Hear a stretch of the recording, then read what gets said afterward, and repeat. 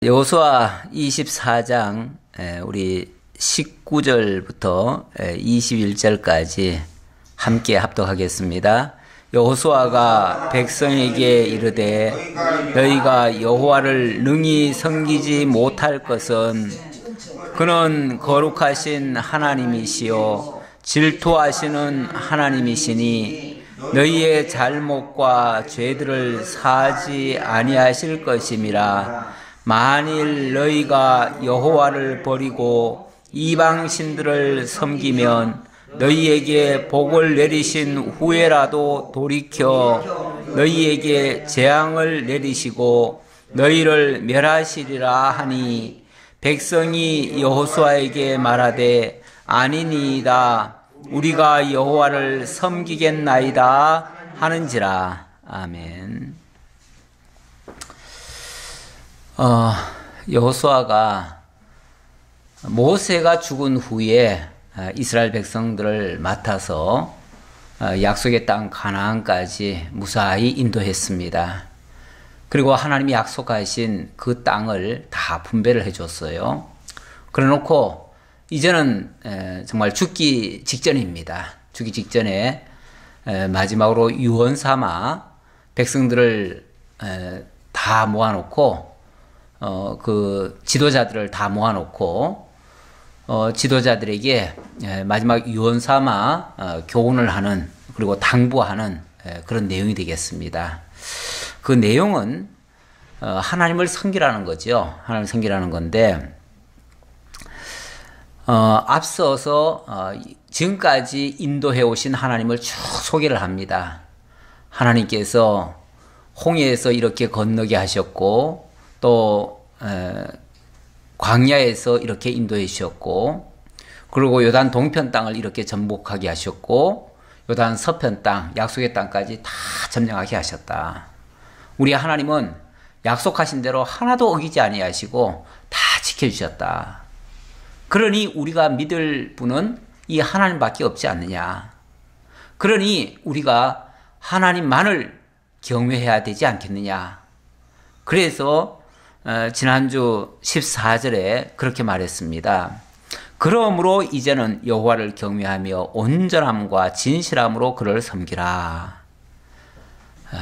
그러므로라고 그랬죠. 그러므로 오직 여호와만 섬겨라. 오직 여호와는 여호와 외에는 다른 신이 없다, 그 얘기고, 오직 여호와만 섬겨서 마땅하고, 그분이 살아계시고 그분이 우리를 인도해 오셨으니까 이게 지나온 우리 역사 속에 그대로 있지 않느냐. 그게 다 그대로 증거되지 않았느냐.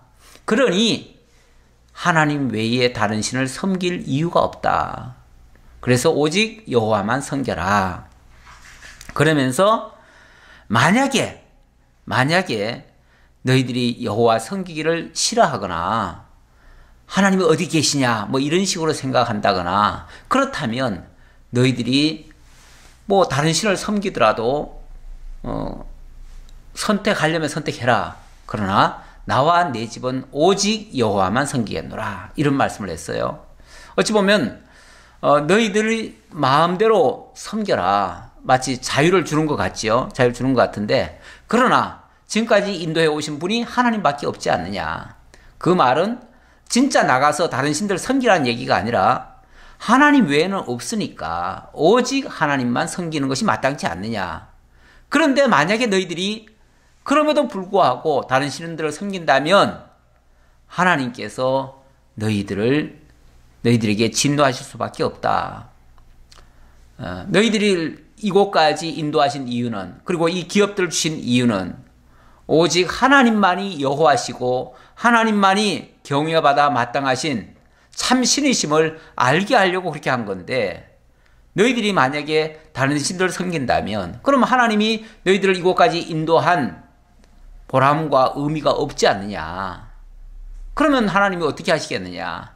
너희를 결국은 이 땅에서 내쫓을 수밖에 없고, 너희들은 다시 옛날 그 애굽에서 종로로 타던 모습, 광야에서 헤매던 모습, 그런 방식으로 너희들이 되돌아갈 수밖에 없다. 그러니까 너희들이 정말 하나님을 섬기려면 섬기고, 그렇지 않으면 만약에 그렇지 않다는 것은 그런 게 좋다는 거잖아요. 애굽이 좋다는 얘기고 광야가 좋다는 얘기니까 그러면 내가 하나님이 너희들을 그런 곳으로 보낼 수밖에 없다. 자, 이런 얘기를 하는 거예요. 이게 무슨 단순히 겁주는 게 아니고 진짜 하나님이 참 여호와이심을 증거하고 오직 하나님을 섬기는 것이 우리의 마땅한 본분이라는 것을 증거하는 내용이 되겠습니다. 자, 그런데 자, 이렇게 얘기했더니 백성들이 섬기겠다고 했죠. 그랬더니 18절에 그러므로 우리도 여호와를 섬기리니 그는 우리 하나님이심이니이다 하고서 섬기겠다라고 서약을 했어요. 신앙 고백을 했어요. 자, 여기까지는 좋아요. 그런데 여호수아가 뭐라고 얘기합니까? 여호수아가 백성에게 이르되 너희가 여호와를 능히 섬기지 못할 것은 그는 거룩하신 하나님이시요 질투하시는 하나님이시니 너희의 잘못과 죄들을 사하지 아니하실 것임이라. 아니, 우리가 섬기겠습니다. 오직 여호와만 섬기겠습니다 했는데 너희는 능히 여호와를 섬기지 못할 것이다. 왜냐하면 그는 거룩하신 하나님이시고 질투하신 하나님이시기 때문에 그렇게 얘기를 합니다. 거룩하신 하나님이시고 질투하시는 하나님이기 때문에 너희들이 못 섬길 것이다. 이게 무슨 말일까요? 하나님은 기본적으로 거룩하신 분이시죠? 거룩하신 분은 거룩하지 아니한 자가 가까이 할 수 있어요, 없어요? 없어요. 그러니까 거룩하지 않은 상태에서는 하나님을 섬길 수 없다. 그런 얘기죠. 너희들이 만약에 범죄하게 되어진다면 그러면은 당연히 범죄한 자로서 어떻게 하나님을 섬길 수 있겠어요? 그러면은 하나님을 섬긴다는 것은 범죄하지 않아야 되는데 솔직히 말하면 우리도 일평생 사는 동안에 범죄하지 않는다 자신할 수 있어요, 없어요? 없어요. 그러면은 우리가 하나님을 섬긴다는 말이 가능해요? 불가능해요? 불가능하고 가능해요. 어떻게 하면 가능하고 어떻게 하면 불가능해요? 하나님을 보내면서 멀리 할 때도 있고 하나님을 좀 증오할 때가 있잖아요. 또 섬길 때가. 자, 다시 말하면 우리가 죄가 있으면 하나님 못 섬긴다는 거예요. 죄가 있으면. 그런데 인간은 기본적으로 죄를 짓잖아요. 율법을 어기잖아요. 그러면 하나님 못 섬기는 거예요. 왜? 죄가 있는 상태로는 하나님 앞에 갈 수가 없으니까. 그런데 섬길 수 있다고 하는 것은 자, 우리 쪽에서 거룩하게 해가지고 섬기려고 하면은 그건 불가능인데 한 가지 방법은 하나님이 죄를 사해 주시면은 가능하겠죠. 그렇죠? 하나님이 죄를 사해 주시면 가능할 것이고 하나님이 죄를 사해 주신 거룩하신 자 안에서는 가능하겠죠. 말이 어렵나요? 우리 스스로는 죄인이기 때문에 하나님 앞에 가까이 나갈 수가 없는데 가까이 나가지도 못하는데 어떻게 하나님 섬기겠어요? 그러니까 당연히 우리는 하나님 앞에 나갈 수도 없고 섬길 수도 없어요. 그런데 어떻게 하면 가능하냐면 하나님 편에서 우리의 죄를 사해 주시면 돼요. 그러면 죄가 설령 있더라도 죄가 없다 하면은 가능한 거죠. 그렇죠? 그럼 그게 또 가능할 것이고 또 아니면은 자, 나 스스로는 하나님 앞에 갈 수 없지만은 만약에 거룩하신 분이 있다면 그분 안에서는 가능하겠죠. 그렇죠? 예. 예. 그러니까 그 거룩하신 분이 사실은 우리 곁으로 오셔야 된다는 얘기예요. 그가 누구겠어요? 바로 예수 그리스도시죠. 예수 그리스도가 우리 곁으로 오시고 우리의 죄를 사해 주시고 우리를 의롭게 해주시면 그 그리스도의 의 때문에 우리가 하나님 앞에 나갈 수가 있어요. 그래서 이 말씀은 언뜻 보면은 뭔가 좀 앞뒤가 안 맞는 것 같은 느낌을 주는데 바로 이런 미래사적으로 봤을 때 이런 하나님의 역사가 없이는 하나님을 인간 스스로 섬기는 건 불가능하다는 걸 얘기하고 있는 거예요. 인간 스스로는 불가능하고 결국 하나님이 섬기게 하셔야만 가능하다는 얘기가 돼요.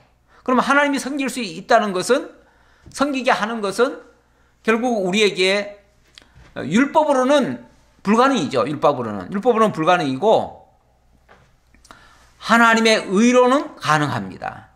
하나님의 의를 덧입으려면 결국 그리스도가 우리에게 오셔야 돼요. 지금 여호수아라고 하는 이 특정인 어떤 사람을 가지고 지금 쭉 얘기를 하고 있는 중인데, 이 여호수아는요, 장차 우리 곁에 오셔서 참된 구원자가 되실 예수에 대한 예표적인 인물이에요.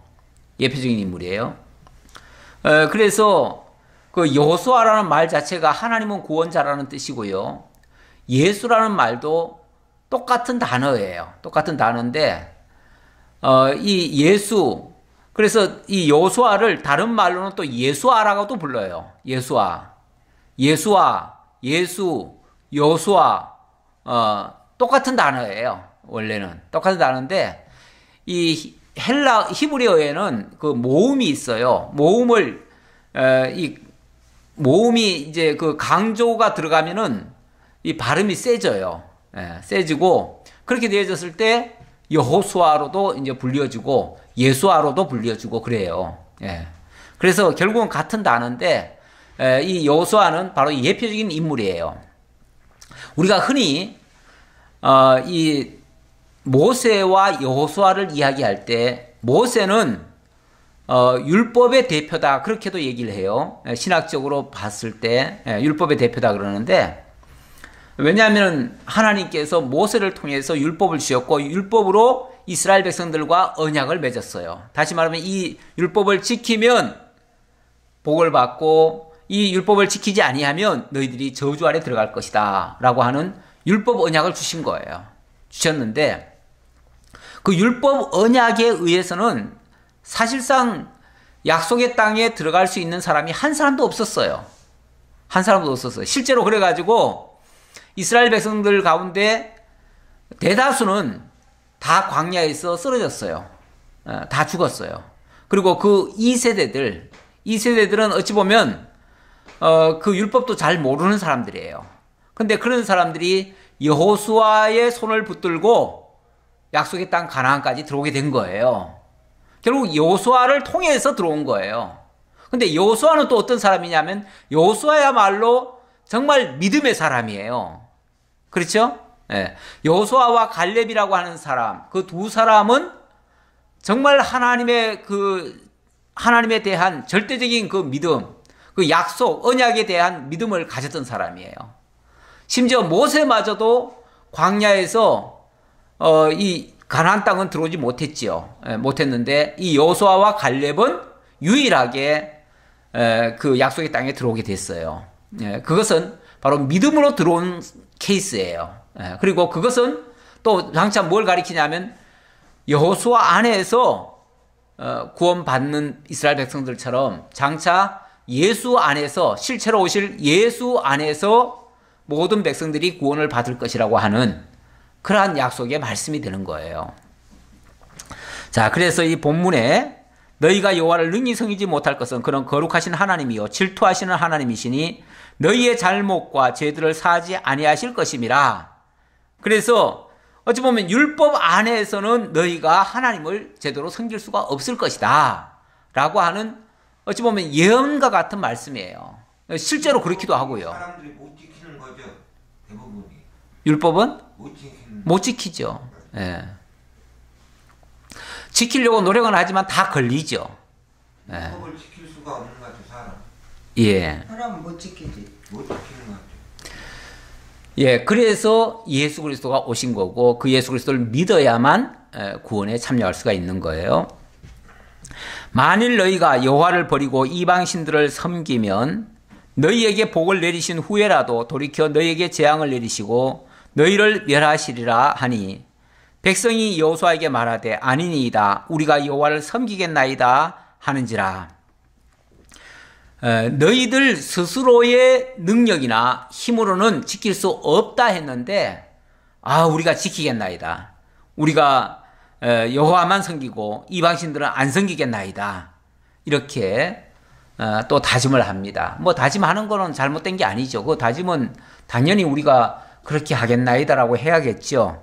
그러나 그 말이 자기들에게 이제 나중에 가면은 그게 이제 올무가 되죠. 어찌 보면 올무가 돼요. 예. 사람은 자기가 너무 큰 소리 치다 보면요, 나중에 그 큰 소리 친 게 자기 발목을 잡아요. 세상에서도 그런 일이 참 많아요. 그래서 너무 정직한 것처럼, 너무 깨끗한 것처럼, 너무 완벽한 것처럼 그렇게 주장하던 사람들이 나중에 보면 거기에 자기 말에 걸려버려요.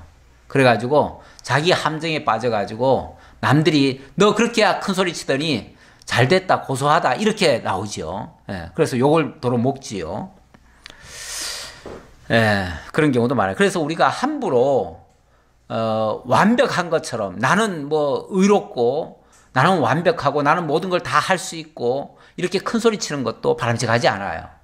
우리는 항상 부족한 줄 알아야 되고요. 그래서 겸손한 줄 알고요. 진짜 주님이 함께하지 않으면, 주님이 붙들어 주지 않으면 우리는 아무것도 할 수 없다고 하는 자기 연약을 고백하는 것이 맞아요. 예, 그런 자세가 하나님 앞에 겸손한 자세예요. 그래서 그런 자들은 자기가 부족한 줄 알기 때문에 하나님께 도움을 구해요. 하나님, 제가 이렇게 연약합니다. 저렇게 부족합니다. 저는 이렇게 날마다 죄를 지을 수밖에 없는 죄인입니다. 그러니 하나님 용서하시고 나를 붙들어 주시고 나를 지켜주시고 나를 이끌어 주세요. 그래서 하나님을 의지하는 거죠. 그러는데 자기가 마치 잘하는 줄 알고 착각하고 의로운 줄 착각하면 큰소리 뻥뻥 치죠. 그리고 남들을 막 정죄하죠. 자기는 이렇게 완벽한 사람인데 남들은 거기에 못 미치니까 너는 왜 그렇게 나쁜 놈이냐, 뭐 잘못하느냐 이러면서 남들을 정죄하죠. 이런 자세는 굉장히 안 좋습니다. 여호수아가 백성에게 이르되 너희가 여호와를 택하고 그를 섬기리라 하였으니 스스로 증인이 되었느니라 하니 그들이 이르되 우리가 증인이 되었나이다 하더라. 스스로 증인이 되었다. 이 증인이 되었다는 말은요, 굉장히 무거운 책임감이 사실은 주어지는 겁니다. 세상에서도 어떤 증인 역할을 할 때가 있습니다. 뭐 가끔 보면은 국회에서도 증인 선서하고서 뭘 하잖아요. 뭘 하려고 하면. 근데 그 증인 선서를 하지 않고 한 말은요, 설령 조금 거짓말이 있거나 조금 뭐 잘못한 게 있어도요, 그건 크게 그렇게 형벌을 당하지 않습니다. 근데 증인 선서를 하고 난 다음에 만약에 잘못하는 게 있다? 그 말한 대로 안 한다? 그럼 어떻게 될까요? 위증죄로 처벌을 당해요. 그럼 고발감이에요. 그것 때문에 벌 받아요. 다른 것 때문에 벌 받는 게 아니라 그 위증 때문에 벌 받아요. 그러니까 이 증인을 함부로 선다는 거 쉬운 게 아니에요. 증인은 때로는요, 자기가 불리하고 억울하고 그래도 책임을 져야 돼요. 자기 한 말에 대해서. 만약에 잘못 증거를 삼으면은 증인이 되면 남에게 많은 해를 끼칠 수 있기 때문에 그래요. 그래서 증인의 역할은 굉장히 중요한데, 자, 스스로 증인이 되었다. 하나님만 섬기겠습니다. 만약에 그 말은 바꿔 말하면, 만약에 우리가 하나님을 떠난다면 하나님이 우리를 진노하셔도 좋고 우리를 심판하셔도 좋습니다. 우리는 할 말 없습니다. 그 얘기랑 똑같아요. 그러니까 증인 함부로 서는 게 굉장히 위험한 거예요. 쉬운 게 아니에요. 어려운 거예요. 하나님 앞에서도 우리가 하나님만 섬기겠습니다 라고 맹세했는데 나중에 하나님 안 섬기고 우상 섬기면 당연히 하나님께로부터 진노 받아야 되는 거예요. 그러니까 내가 하나님 앞에 서원을 했으면 해로울지라도 지키라는 말씀이 있잖아요. 반드시 그것을 지키려고 하는 그런 자세가 있어야 되고, 그러기 전에 함부로 서원해서는 또 안 되고요. 지키지 못할 거 막 서원해가지고 약속하고 이러는 거 함부로 하면 안 돼요. 우리는 그래서 함부로 말 내뱉지 말라고 그래요. 함부로 큰 소리 치면 안 돼요. 이렇게 하겠다 저렇게 하겠다 그런 말 해놓으면요, 그 말 때문에 나중에 벌 받아요. 여호수아가 이르되 그러면 이제 너희 중에 있는 이방신들을 치워버리고 너희의 마음을 이스라엘의 하나님 여호와께로 향하라 하니. 자, 스스로 하나님만 섬기겠다고 하니까 좋다. 그러면 너희들이 하나님만 섬기겠다고 너희들 스스로 증인이 되었으니까, 그렇다면 첫 단계로 뭐부터 하라 그래요? 너희 가운데 있는 이방신들을 치워버리고 너희의 마음을 이스라엘의 하나님 여호와께로 향하라. 자, 그들 가운데 지금까지 뭐가 있었다는 얘기예요? 이방신들, 우상이 있었다는 얘기예요. 사람들이 뭔가는 의지하는 것들이 있었어요. 그게 꼭 어떤 형체로 있어서만이 아니라 뭔가를 의지하는 것들이 있어요. 그러면 그것들은 전부 다 우상이에요. 너희 중에 있는 이방신들 치워버리고, 이 말은 그들이 지금까지 뭔가 의지하는 것이 있었다는 얘기예요. 그렇기 때문에 지금까지는 너희들이 그거 믿고 쉽게 말하면 살아온 거예요. 살아왔는데 하나님, 오직 하나님이라고 하면 하나님 외에는 다른 것들을 일체 의지하지 말라는 얘기예요. 그리고 너희의 마음을 이스라엘의 하나님 여호와께로 향하라. 몸도 완전히 하나님께로 향해야 되지만 무엇보다도 이 마음, 중심이 하나님을 향해야 돼요. 하나님을 향하지 아니하면, 그러니까 세상을 향해 있던 마음이 하나님께로 향하는 거, 이걸 뭐라고 그러냐면 회개라고 그래요. 회개. 회개라고 하는 거는 마음을 완전히 돌이키는 거예요. 세상을 향해서 가던 마음을 하나님께로 완전히 돌이키는 거. 또 우상을 향해서 가던 마음을 하나님께로 돌이키는 거. 이걸 회개라고 그래요. 우리 예수님이 오셨을 때 회개하고 하나님의 나라가 임하셨다. 회개하고 예수를 믿으라. 그렇게 얘기하는 거죠. 예. 그 말은 지금까지는 너희들이 어찌 보면 이스라엘 백성들이 과거에는 율법이라고 하는 거, 어떤 형식과 의식이라고 하는 것에 완전히 매여 있었어요. 매여 있었는데 그렇게만 하면 그게 구원인 줄로 착각을 했어요. 근데 그것조차도 올바른 방향이 아니었어요. 왜냐하면 율법이나 그런 모든 의식은 장차 오실 예수 그리스도가 우리를 대신해서 죽어주시고 희생되시고 그리고 우리를 의롭게 해주실 것에 대한 하나의 예표적인 모습들이었어요. 그렇기 때문에 자, 이제 옛날에 하던 그거 의지하던 거 거기서 돌이켜서 이제 예수께로 향해야 되거든요. 향해야 되는데 그걸 하지 않으면은 뭐 엉뚱한 거 붙잡고 있는 거죠. 그래서 결국은 우상을 다, 이방신들 다 치워버리라고 그랬는데 만약에 그걸 못한다면 치워버린 게 아니죠. 여전히 다른 것들을 의지하고 있는 셈이 되는 거죠. 자, 그랬더니 백성이 여호수아에게 말하되 우리 하나님 여호와를 우리가 섬기고 그의 목소리를 우리가 청종하리이다 하는지라. 예, 우리가 오직 하나님 여호와만 섬기고 하나님의 말씀에 귀를 기울이겠습니다 라고 고백을 했습니다. 뭐 일종의 서원 같은 거죠. 약속을 그렇게 했습니다. 좋습니다.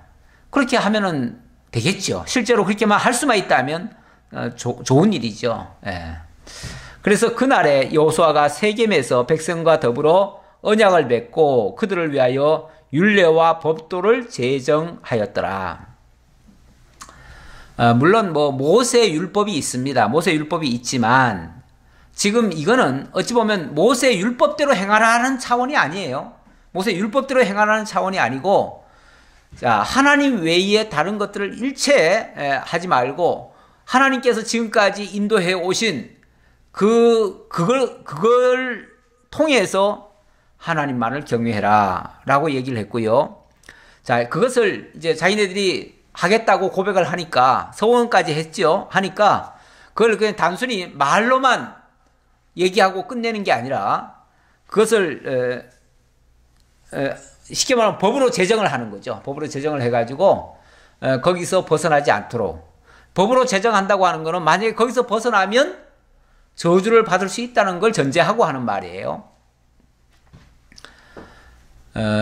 자, 우리가 신약 시대로 말하면은 이제 우리가 더 이상 율법으로는 구원에 이르지 못합니다. 자, 이제는 율법을 통해서 구원에 이르는 것이 아니라 예수를 믿음으로 구원에 이른다. 이렇게 얘기를 해요. 자, 그러면 우리가 이제 예수를 믿기만 하면 돼요. 그렇죠? 자, 예수를 믿기만 하면 되는데, 그러면은 반대로 예수를 안 믿으면 어떻게 되는 거죠? 지옥. 아니, 일단은 예수를 믿어야 이제 구원에 이른다면, 예수를 안 믿는다면은, 예, 저주를 받게 되는 거죠. 저주를. 예. 그 저주의 결과가 지옥에 이르는 것이고, 자, 그러면은, 우리가 예수를 믿겠나이다라고 고백하는 말은, 바꾸어 말하면은, 우리가 예수를 안 믿으면 저주의 임에도 마땅합니다라고 하는 그 서약이나 똑같은 얘기예요. 그렇죠? 그래서 히브리서 기자도 그런 말을 해요. 너희가 빛을 받은 후에 예수를 믿고 하나님 안으로 들어왔는데 만약에 너희가 예수를 믿지 않는다면 그건 이제 저주가 있을 것이다. 이렇게 경고를 하잖아요. 그러니까 예수를 믿기만 하면 된다는 말은 바꾸어 말하면 예수를 안 믿으면 저주받는다라는 말과 이 같은 말이에요. 같은 말. 그거를 마치 법으로 제정하듯이 서로 언약을 맺는 거예요. 언약을 맺는 거예요. 그래서 그 언약의 장소는 세겜인데 이 세겜이라고 하는 것은 곧은 맨 처음에 하나님께서 아브라함을 불러가지고 아브라함에게 그 언약을 나라 언약을 하시고 그 의롭게 하실 것을 약속하시고 그리고 거기서 처음으로 제단을 쌓은 곳이에요. 그래서 그것은 어찌 보면 언약의 장소다라고 말씀드릴 수 있어요. 처음 믿음을 하나님이 약속하시고 거기서 언약을 맺었던 그런 장소인데 바로 그곳에서 여호수아도 백성들과 더불어 언약을 맺었다 그랬습니다. 굉장히 상징적인 의미가 있는 장소지요. 그 장소가. 여호수아가 이 모든 말씀을 하나님의 율법책에 기록하고 큰 돌을 가져다가 거기 여호와의 성소 곁에 있는 상수리 나무 아래에 세우고 모든 백성에게 이르되 보라 이 돌이 우리에게 증거가 되리니 이는 여호와께서 우리에게 하신 모든 말씀을 이 돌이 들었음이니라. 자, 이번에는 돌이 증거가 된다네요. 돌이. 그리고 그 돌이 이 언약의 내용을 서로 이렇게 서약하고 맹세한 그 내용을 다 들었다는 거예요. 어찌 보면 이 세상의 모든 것들은요 다 증거물일 수가 있어요. 요즘 과학이 좀 발달하니까 몇십 년 전에 범죄했던 거 그때는 확실한 증거 눈에 보이지 않으면은 뭐 증거를 삼을 수가 없어가지고 범인을 못 잡았었는데 요즘은 뭐 작은 흔적 하나도 정말 옷깃이나 그 아니면 그 주변에 있던 진짜 돌덩어리 하나에도 그 증거물이 남아있을 수 있대요.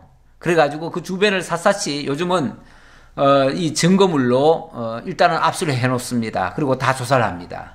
그러면은 웬만하면 다 나올 수가 있어요.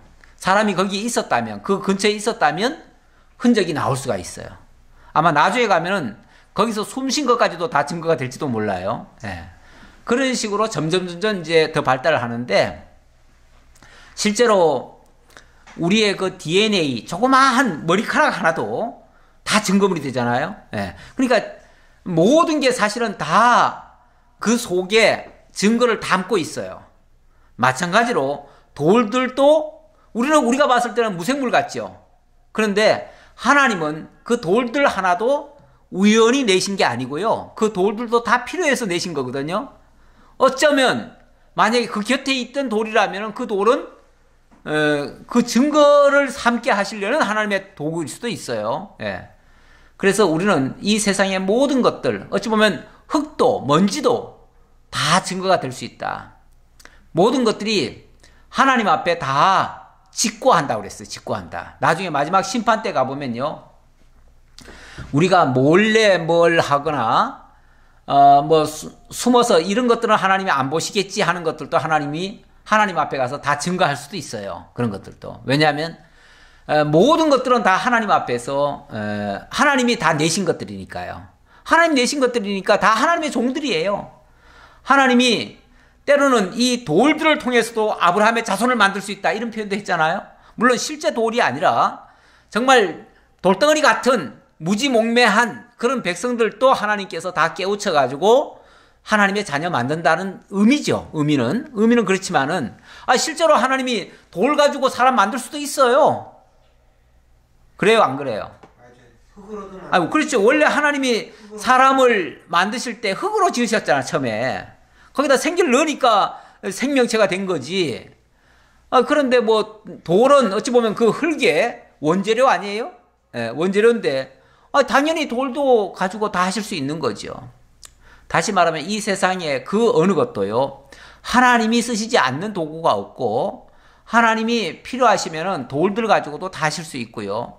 그러니까 뭐 누가 아무도 안 봤으니까 나중에 딴소리 해도 되겠지. 천만에 하나님은 다 기억하고 있어요. 그리고 그것들이 그 옆에 있던 돌들이 나중에 가서 하나님 앞에 직고할 거예요.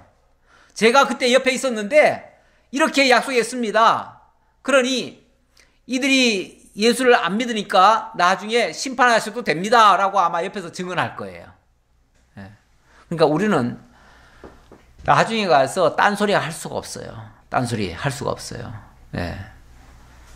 이것이 하나님의 약속이었어요. 이게 언약이라고 그랬잖아요. 언약. 언약을 맺고 이렇게 얘기하잖아요. 여호수아가 어찌 보면 백성들을 대신해서 하나님께 언약을 맺은 거예요.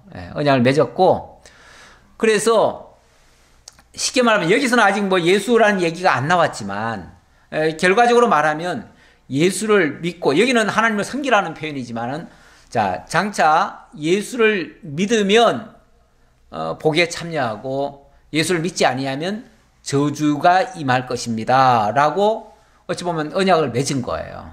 근데 나중에 거기에 만약에 딴소리를 하면은 다 걸리는 거죠. 다 걸리는 거예요.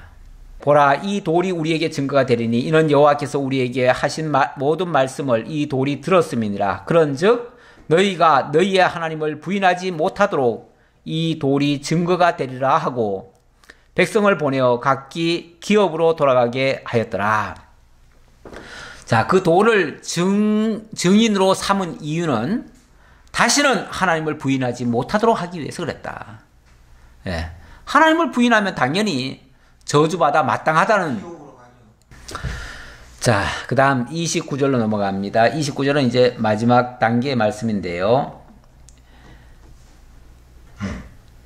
2일 후에 여호와의 종 눈의 아들 여호수아가 110세에 죽음에 그들이 그의 기업의 경내에 딥낫세라에 장사했으니, 딥낫세라는 에브라임 산지 가스 산 북쪽이었더라. 여기 딥낫세라에다가 장사를 치렀다 그럽니다. 여호수아도 자기 사명을 마치니까 하나님께서 데려가셨어요. 모든 사람은 자기 사명이 있을 동안은 이 땅에서 역할을 합니다. 그러다가 그 사명이 끝나면 하나님의 부르심을 받습니다. 어쩌면은 사람이 살고 죽는 것은 뭐 하나님의 뜻에 정한 바기 때문에 뭐 언제 어떻게 죽는다고 해서 그것이 그 자체가 저주는 아니에요. 오히려 엄청난 화가 있을 때는 그 먼저 부르심을 받는 것도 복일 수 있어요. 그러니까 뭐 죽는 것 자체를 가지고 잘못됐다 이렇게 해석할 필요는 없고요. 여호수아는 틀림없이 하나님께서 맡기신 그 사역, 이스라엘 백성들을 광야에서부터 약속의 땅 가나안까지 무사히 인도하고 그리고 하나님을 섬기도록 그렇게 교훈하는 그 역할까지를 잘 마무리했습니다. 우리도 어찌 보면 이 땅에 이 여호수아만큼은 아니지만은 그와 유사한 그러한 일들을 하기 위해 태어났다고 볼 수 있어요. 그래서 우리가 정말 하나님의 백성들을 하나님께로 인도하고 그리고 그들에게 하나님만을 잘 섬기도록 교훈하고 그리고 하나님 앞에 간다면 그 사람은 아마 최고의 자기 사명을 잘 감당하고 가는 자일 수 있어요. 예. 그런데 이 땅에 와가지고 하나님 알지도 못하고 하나님 증거도 안 하고 하나님에 관해서는 뭐 전혀 교훈도 안 하고 자녀들을 키웠는데 자녀들한테도 전혀 예수를 증거하지도 않고 자신조차도 예수 안 믿고 이렇게 살다가 죽는다면 사실은 왜 살았는지, 그런 삶이라면 오래 사는 것이 또 무슨 의미가 있는지 솔직히 그 의미를 잘 못 찾겠어요. 물론 뭐 하나님은 불신자들조차도 나름대로는 하나님이 쓰시는데 좋은 일에 쓰시는가? 사실은 악한 일에 쓰실 수도 있어요. 세상에 하나님 알지 못하는 자들은 악역을 담당하다가 또 갈 수도 있거든요. 그래서 사람들이 다 하나님께 쓰임을 받기는 받는데 선한 역할로 쓰임 받으면 참 좋겠지만 안타깝게도 악한 역할로 쓰임 받다가 만약에 간다면 정말 우리 예수님 말씀 맞다나 가룟 유다 보고 너는 차라리 태어나지 않았으면 더 좋았을 것이다. 뭐 이런 식으로 말씀하셨죠. 우리가 이 세상에 한평생 살다가 가는데 정말 의미 있게, 가치 있게, 소중하게 그렇게 살다 갔으면 좋겠어요. 그러려면은 정말 본인 자신이 하나님을 잘 믿고 또 주변 사람들에게 하나님을 잘 증거하고 그리고 끝까지 하나님의 그 말씀과 믿음을 놓지 아니하고 그리고 하나님께로 나아간다면 정말 착하고 충성된 종아, 네가 작은 걸 가지고도 큰 일에 충성했구나 하고서 아마 칭찬하실 거예요. 그런 삶이 가장 가치로운 삶이다. 정말 인생의 본분을 다하는 그러한 삶이다. 예, 그렇게 생각이 듭니다. 자, 31절입니다. 이스라엘이 여호수아가 사는 날 동안과 여호수아 뒤에 생존한 장로들 곧 여호와께서 이스라엘을 위하여 행하신 모든 일을 아는 자들이 사는 날 동안 여호와를 섬겼더라. 자, 그런데 이스라엘 백성들이 여호수아가 사는 날 동안과 또 여호수아 뒤에 생존한 장로들이 사는 날 동안은 여호와를 섬겼대요. 그러면 이 말은 뭐죠? 바꾸어 말하면 여호수아가 죽은 다음에 또 여호수아 때에 있었던 그 장로들이 죽은 다음에는 어떻게 됐다는 거예요? 하나님을 안 섬겼더라 이 말이에요. 안 섬겼더라. 하나님을 섬기지 아니하고 다른 것들을 막 쫓아가더라. 결국은 우상도 막 쫓아가고 그때부터는 자기들 하고 싶은 대로 자기들 소견에 오른 대로 그렇게 행하더라. 결국 여호수아와 여호수아 시대의 그 장로들은 지금 이 교훈을 받은 자들이잖아요. 그 교훈을 받고 그 교훈대로 백성들을 지도할 동안은 백성들이 빗나가지 않더라 그 말이에요. 빗나가지 않더라. 그런데 그들조차 다 죽고 난 다음에는 더 이상의 어른이 없는 거예요. 쉽게 말하면 어른이 없어요.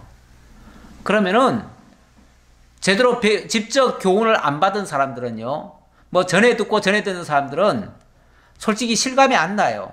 왜 그래야 되는지도 잘 이유를 몰라요. 과거에 경험이 없어요.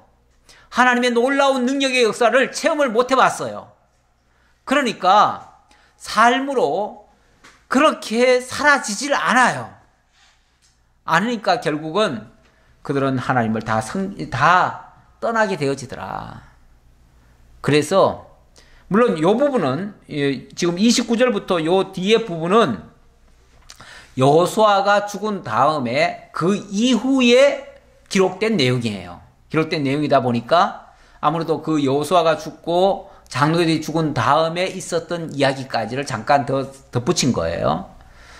덧붙였는데 자, 어쨌든 우리가 그래서 교육이 굉장히 중요하다는 거, 특히 자녀 교육 매우 중요하다는 거. 자녀에게 이 진리를 전수하지 아니하면 그 자녀가 똑바로 간다는 보장이 없습니다. 하나님 섬긴다는 보장이 없어요. 예. 사실 부모 세대들은요. 그래서 자녀들한테 굉장히 사실 신경을 좀 써야 돼요. 어떻게 해서든지 자녀들이 하나님의 말씀을 듣고 하나님께로 돌아오도록 하나님 안에서 살도록 그렇게 권면하는 것이 부모의 역할이에요. 그게 사명이에요. 그런데 대부분의 부모들은 돈 많이 벌어가지고 자녀들을 호강시켜주고 자녀들 고생 안 시키는데 그리고 학교 잘 시켜가지고 걔네들이 좋은 직장 구해가지고 돈 많이 벌고 출세하도록 거기에 역할을 하면은 자기네들이 다 잘한 줄로 이렇게 생각들을 해요. 근데 솔직히 그렇게 해가지고 세상에서 성공하고 출세하고 돈 많이 벌고 그러면요. 오히려 부모들 우습게 알고요. 부모들이 우스워요. 왜냐하면은 옛날에는 부모들이 존경스러웠는데 알고 보니까 무식해. 부모들이 제대로 교육도 안 받았지 돈도 많이 못 벌었지 자기들보다 더 못 벌거든요. 그러니까 나중에는 부모들을 깔봐요. 효도도 안 해요. 말도 안 들어요. 그리고 부모들이 뭐라고 한마디 하면은 제대로 알지도 못하면서 뭘 그러냐고 오히려 타박줘요. 자기네들이 마치 더 똑똑한 줄로 착각을 해요. 이런 식으로 가요. 그러니까 교육 안 시킨 탓이에요. 누구 탓할 것도 없어요. 예. 저놈이 나쁜 놈이다 이렇게 말할 게 아니고 하나님 앞으로 제대로 인도를 못해서 그럴 수도 있어요. 예. 그러니까 우리 부모 세대들은 철저하게 자녀들을 정말 하나님께로 인도하는 것이 첫째 사명이라는 거. 예. 첫째 사명이라는 거. 돈은 솔직히 좀 못 벌어줘도 괜찮아요. 돈은 얼마든지 뭐 정 못 벌면은요 나라에서도 먹여서 살려줘요. 지금은 그런 시대예요.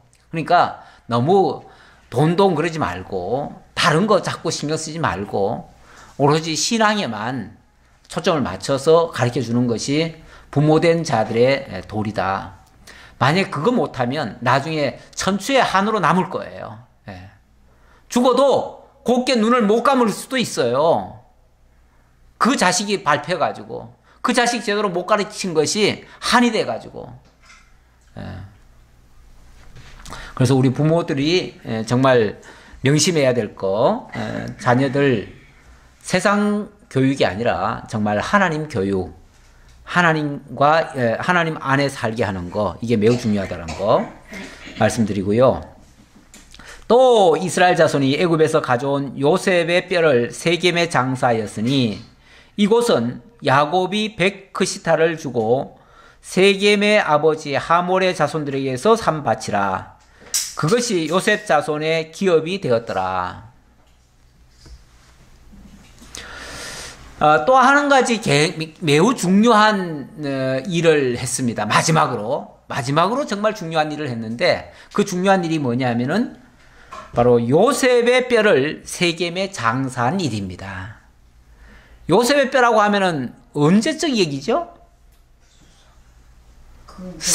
항해도 못 갈. 그렇죠. 애굽에 처음에 내려갔을 때 그래가지고 얼마 후에 요셉이 죽었잖아요. 그랬으니까 그거는 뭐 400년 전 얘기예요. 거의 또 중간에 좀 체류가 기간이 있었기 때문에 거의 한 450년이나 뭐 거의 500년 가까이 되는 그런 시기가 지난 시점이에요. 그러니까 한 400~500년 전에 요셉이라는 사람이 죽었는데 요셉이 죽을 때에 모든 형제들한테 신신당부를 했어요. 무슨 당부를 했냐면 사실은 그때는요 마음만 먹으면은 거기 애굽의 총리였고요. 그 아버지 야곱이 죽었을 때는 어떻게 했습니까? 유고를 어떻게 했죠? 바로 막벨라 굴까지 가져 올라왔잖아요. 유다 땅으로 가져와가지고 아버지 그 할아버지 아브라함이 묻힌 곳 거기다가 장사를 지냈잖아요. 그러니까 마음만 먹으면은 얼마든지 고국으로 가져올 수 있었어요. 그리고 거기다 장사 치를 수 있었어요. 그런데 요셉은 뭐라고 그러냐면은 우리 민족이 나중에 쉽게 말하면 한 400년 후에 반드시 우리가 고국으로 돌아갈 겁니다. 돌아갈 거니까 그때 내 해골을 완전히 없애지 말고 그걸 가지고 있다가 그거를 가지고 우리 하나님께서 우리를 해방시켜 주거들랑 그때 내 해골을 가지고 올라가십시오.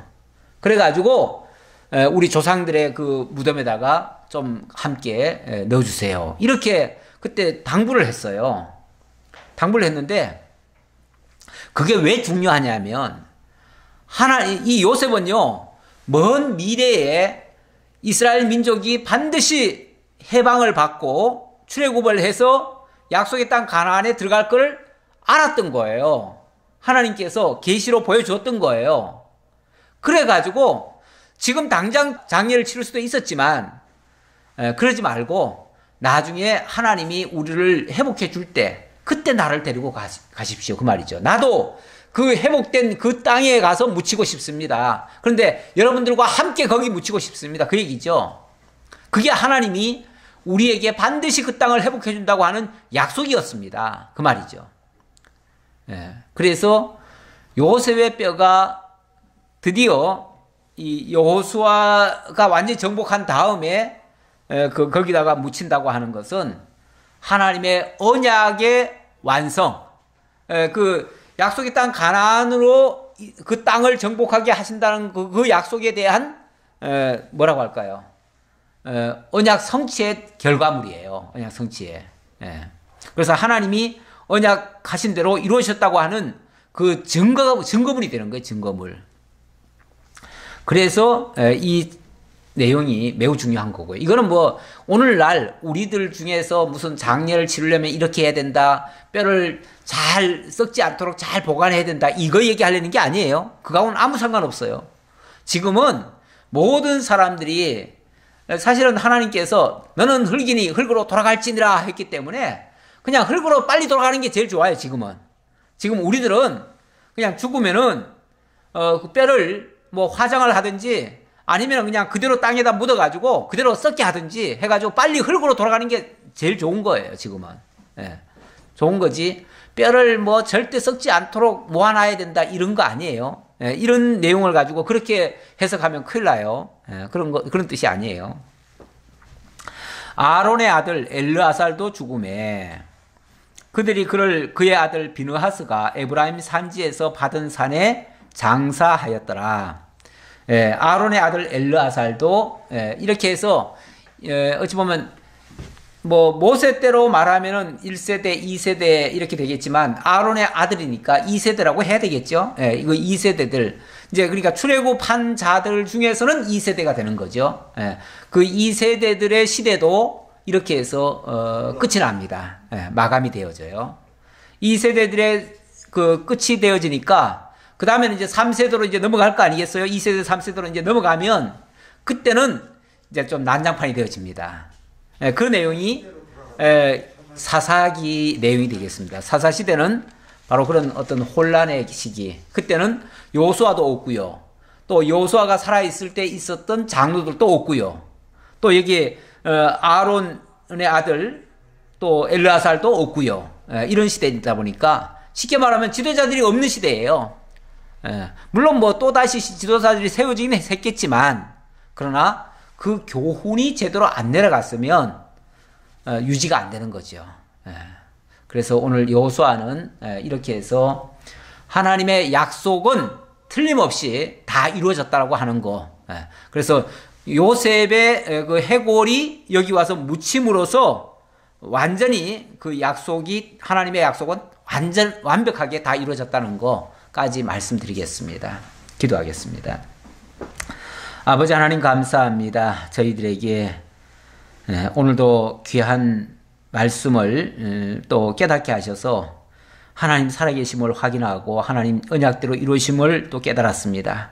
그러므로 오직 하나님만 섬기라고 하는 여호수아의 교훈도 들었습니다.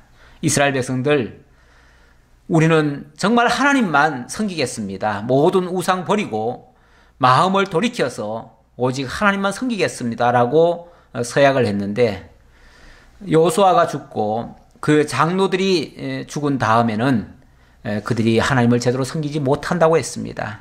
우리가 말씀 안에 거하지 아니하면, 정말 하나님의 구원의 그 약속 안에 들어있지 아니하면 우리가 하나님을 떠날 수밖에 없고 하나님을 섬기지 못할 수도 있다는 이러한 준엄한 경고도 받습니다.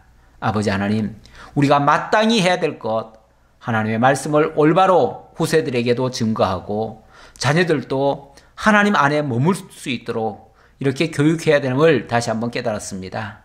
우리의 본분 잘 지켜서 정말 하나님을 우리 자신이 잘 섬기고 또 자녀들에게도 잘 증거할 수 있는 저희 모두가 되도록 인도해 주옵소서. 감사드렸고 예수님의 이름으로 기도하옵나이다. 아멘.